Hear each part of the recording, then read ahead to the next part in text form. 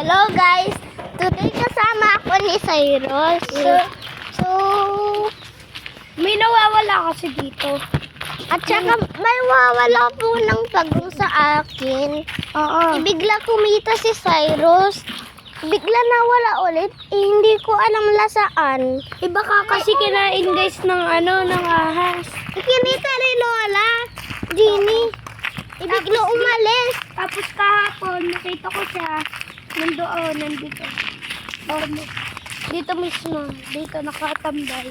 At dito po ang Upo dito. dati pa, no may tali po, yun ang pagong natin.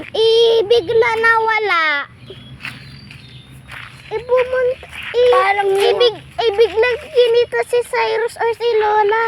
Parang Ang pagong. parang murder yung ahas eh. Oo nga. Kaya may dalang ganito. Dala, bakit mo nilagay sa puwitan mo? Siyempre, safety. Safety sa puwitan mo. At may saranggola.